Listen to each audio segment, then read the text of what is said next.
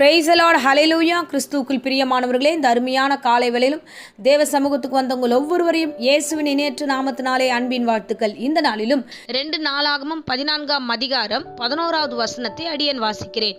ஆசா தன் தேவனாகிய கர்த்தரை நோக்கி கூப்பிட்டு, கர்த்தாவே, பலமுள்ளவனுக்காகிலும் பலனற்றவனுக்காகிலும் உதவி செய்கிறது உமக்கு லேசான காரியம். எங்கள் தேவனாகிய கர்த்தாவே, எங்களுக்கு துணை நில்லும் என்றார். ஹல்லேலூயா. ரொம்ப அருமையான வேத வசனம். ஆசா என்ற ராஜா விதமாக கர்த்தரை நோக்கி கூப்பிடுகிறார்.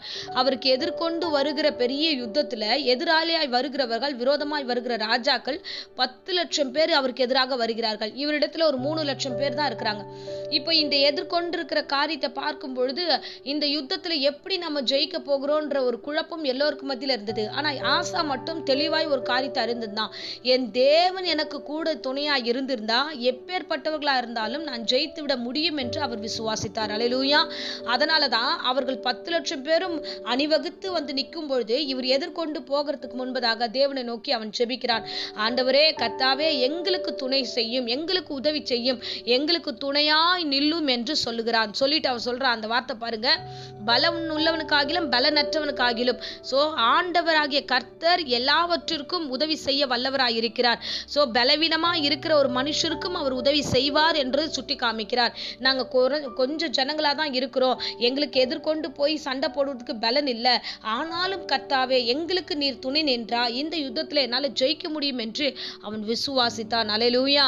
அதுதான் அவர் தொடர்ந்து சொல்லுகிறாரு, உம்மை சார்ந்து ஆண்டவரே, உம்முடைய நாமத்தை ஏராளமாக வருகிற இந்த கூட்டத்தை நான் எதிர்கொள்ளுவேன், உம்முடைய நாமத்தை கொண்டு நான் எதிர்கொள்ளுவேன், எனக்கு அந்த பலத்தை கொடுங்க ஆண்டவரே, நீர் எங்களுக்கு தேவனாய் இருக்கிறீர், எங்களுக்கு துணையாய் நில்லும் ஆண்டவரே என்று சொல்லி அவன் சொல்லுகிறான். அது மாத்திரமல்ல, அவன் கடைசியா முடிக்கும் போது ஒரு வார்த்தை ரொம்ப அழகா சொல்லுவாரு, மனுஷன் உம்மை மேற்கொள்ளாதேயும், நீ எந்த சூழ்நிலையிலும் எதிராய் வருகிற விரோதிகள் தேவனை ஏற்றுக்கொண்ட பிள்ளைகளை மேற்கொள்ளாதபடிக்கு நீர் காப்பாற்றும் என்று சொல்லுகிறான். அல்லேலூயா. ஞானமுள்ள வார்த்தை, புத்தி உள்ள வார்த்தை. நீங்கள் ஜெபிக்க போகும்போது ஏராளமான ஜனங்கள் உங்களுக்கு விரோதமாக இருக்கலாம், அதையெல்லாம் நீங்க பார்க்காதீங்க. இவங்க அப்படி வருவாங்களா, இவங்க இந்த மாதிரி வருவாங்களான்னு எதிர்நோக்காதீங்க.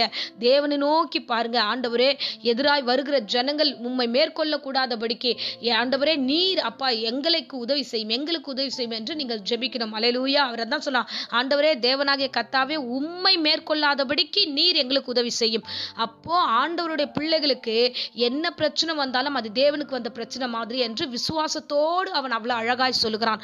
அருமையான தேவ பிள்ளைகளே, தேவன் எப்பேற்பட்டவர் என்றா தம்மை நோக்கி கூப்பிடுகிறவர்களுக்கு அவர் உதவி செய்ய வல்லவராய் இருக்கிறார். அல்லேலூயா. அது ஏற்கனவே பிரசங்கத்துல, அநேக பிரசங்கத்துல அடியே நான் பேசியிருக்கேன். அதுல விசேஷமாக சங்கீதத்துல ஒரு வசனத்தை நாம் வாசிக்கிறோம், ஆபத்து காலத்தில் என்னை நோக்கி கூப்பிடு என்று கர்த்தருடைய வேதமே சொல்கிறதே. உங்களுக்கு பிரச்சனையா, உங்களுக்கு சூழ்நிலையா, வேற விதமா இருக்கிறதா, ஏராளமான ஜனங்கள் நிமித்தமாக நிந்திக்கப்படுகிறீர்களா, நீங்க பயப்படாதீங்க, தேவனை நோக்கி கூப்பிடுங்க. பிரச்சனையான சூழ்நிலையை பார்க்காதீங்க, தேவனை மட்டும் பாருங்க.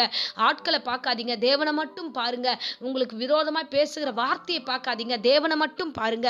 நிச்சயமாய் அவர் உங்களுக்கு உதவி செய்வார். ஆமென். அல்லேலூயா.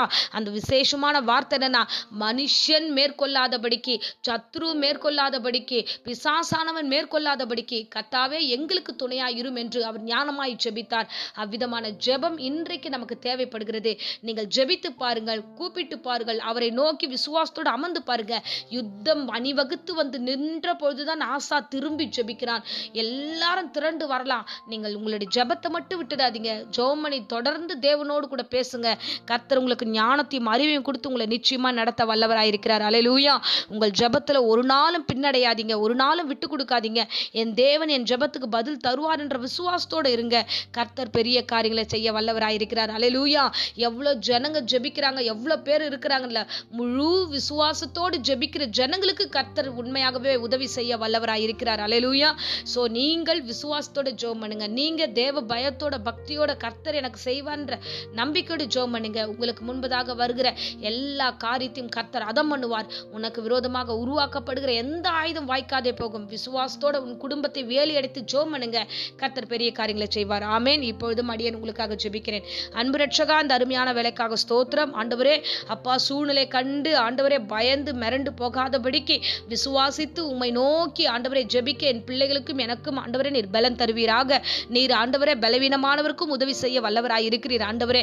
அப்பா, நீர் உதவி செய்வது லேசான காரியம், உமக்கு இது லேசான காரியம். என் பிள்ளைகளுக்கு ஆண்டவரே நீர் உதவி செய்யும் ஆண்டவரே, எங்கள் சபைக்கு உதவி செய்யும் ஆண்டவரே. இந்த ஜெபத்தை கேட்கிற ஒவ்வொரு பிள்ளைகளுக்கும் என்ன நோக்கி எதிர்நோக்கி ஆண்டவரே அங்கலாய்த்து கொண்டு ஜெபித்து கொண்டு இருக்கிறார்களோ அவர்களுக்கு உதவி செய்வீராக, ஆசீர்வதிப்பீராக. ஒரு விசியாய் எல்லா பலவீனத்தையும் ஆண்டவரே, பயத்தையும் பிசாசின் கிரிகளை இயேசுவின் நாமத்தில் சபித்து கட்டுகிறேன்.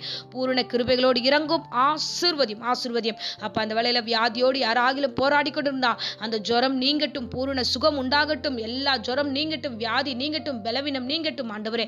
ஆவியானவர் சாட்சியா சபையில கொண்டு வந்து நிறுத்துவீராக, ஆசீர்வதிப்பீராக. இயேசுவின் இணையற்ற நாமத்தில் பிள்ளைகளை ஆசீர்வாதத்தை ஒப்பு கொடுத்து ஜெபிக்கிறேன் ஜீவனுள்ள நல்ல பிதாவே. ஆமென், ஆமென். Praise the Lord. God bless you.